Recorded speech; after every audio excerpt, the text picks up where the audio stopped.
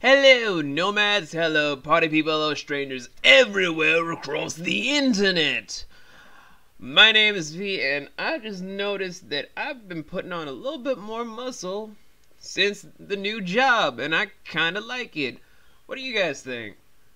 Do I look a little bit more muscly in my arms these days? Anywho, we are not talking about my body today or ever. Unless we're talking about the new tattoos I'm going to be getting soon. So yes! But after new camera comes in, so I can start doing professional filming in January. Whew! We are doing the second After Hours review, which is on The Girl on the Train. Yay! I fucking love this movie. Anywho, let's move on now to the greatness of the great. Now, backstory. You'll see there was a movie that is now based on a book that came out in 2015. A book that is only a year old getting a movie? Oh my god. It's just so... It's so basic. It's like a BBP, basic bitch plan. Or I would say that if the movie wasn't so fucking good. Now, the reason I'm saying this is because a lot of people compared it to Gone Girl. And I say those same people, if you give me another film of Ben Affleck, of him being an asshole, with him just having the camera roll on him, because he wasn't acting. That's him on the regular. He's an asshole. He is a dick. I honestly hope that he can and should have his leg broken, so he was just going to be in a wheelchair for the rest of his life. That's how much I want one of his legs to break, so he's just in a wheelchair the rest of his life. Not to die, just to have one of his legs broken forever. I would be happy, but it's not Gone Girl. Gone Girl to me was a boring mess. The story, the narrative, the plan, everything was just sort of stupid. In the books, it was smart. It was methodical. It was genius. The movie, not so much. It was more like a raving, angry woman that just found out her husband couldn't keep his dick in his pants, just started running around being an asshole and a dick, so that she had to just plan her revenge on the fly, with no real good plan behind anything, and having just movie magic work in her favor because she's the titular Gone Girl. Girl on the Train? Not so much. And here is why. The whole movie itself is focused around, first, an alcoholic divorcee who, for the past 2 years, has been riding a train back and forth from her place in, I'm assuming, New Jersey to New York, where she always looks out towards her old neighborhood and watches a particular house where it has this one lady played by another actress that I've seriously been seeing in both movies that I've just talked to you guys about. Where is her name? Haley Bennett. She was also in The Magnificent Seven, and she's once again in The Girl on the Train. And she is the one that the main character of Rachel Watson, played by Emily Blunt, who is such a cute lady I would love to befriend. Girl, if you need a not sexually attracted to you guy friend, call me.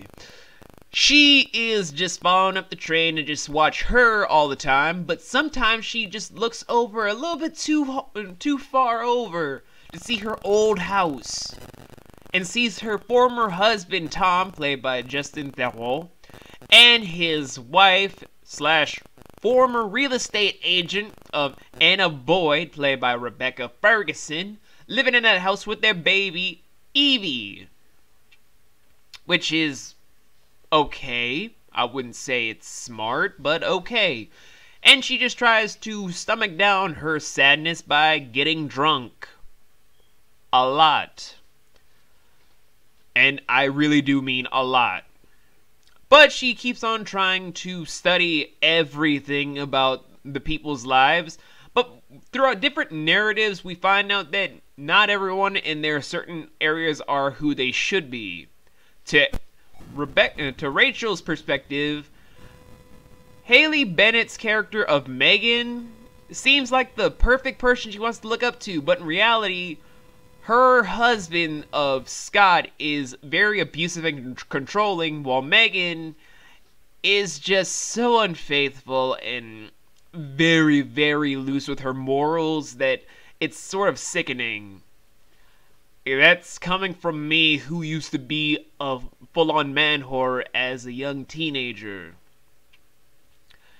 And yet, when Rachel, so many R names. Rachel sees that one day she was kissed by another man, didn't see if it was on the lips or anything else, just a kiss somewhere on her face. She gets off the train to try and confront the lady, and yet, out of nowhere, she blacks out after yelling, "You whore!"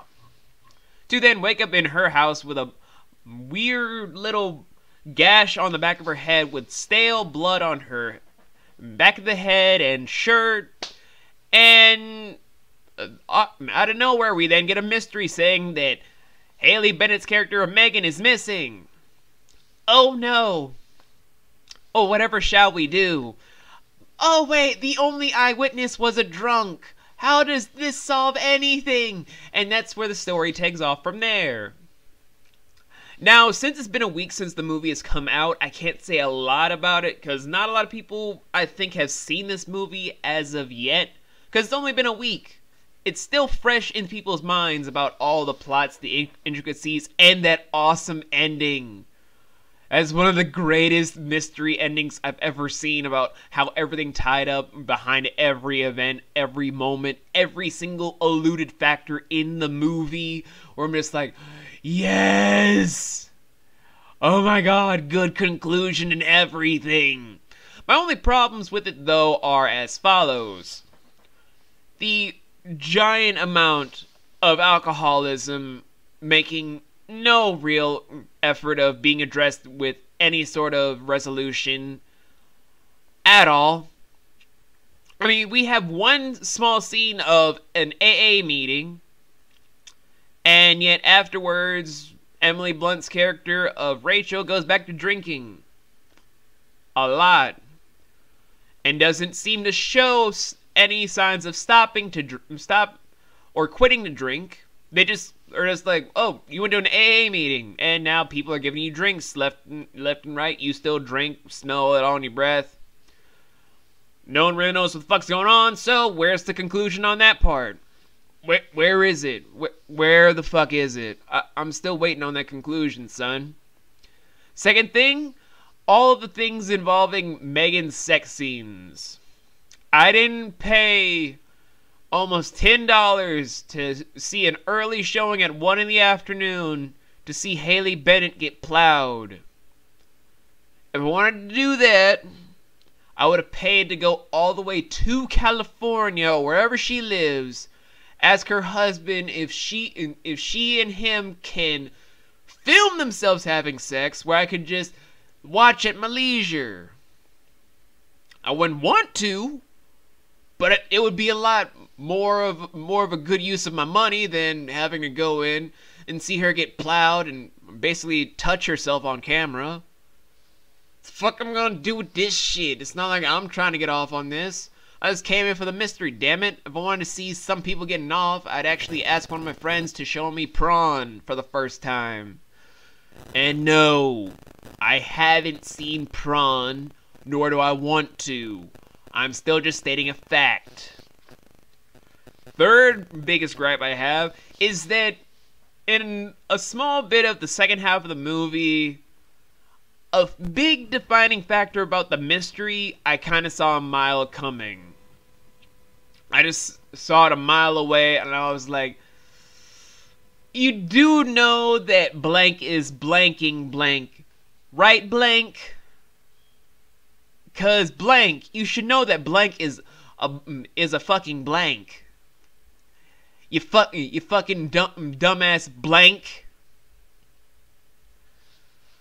And that's about it for my gripes. Everything else was just phenomenal. All the things tied up well with a bow. Every character in the movie was fantastic. Most notably of Emily Blunt, Justin Theroux, Rebecca Ferguson, and of Haley Bennett when she wasn't getting plowed and being shown naked. That's just me. That is just me for right now. And for the rating, I'm going to give this movie a... I want to give it such a good rating, but I don't want to be biased, so... For right now, until certain time has passed, I'm going to abstain my rating of it until we get into the countdown of the top 10 best movies I've seen of 2016. This is going on the list. I've already called it. It's going on the list. And I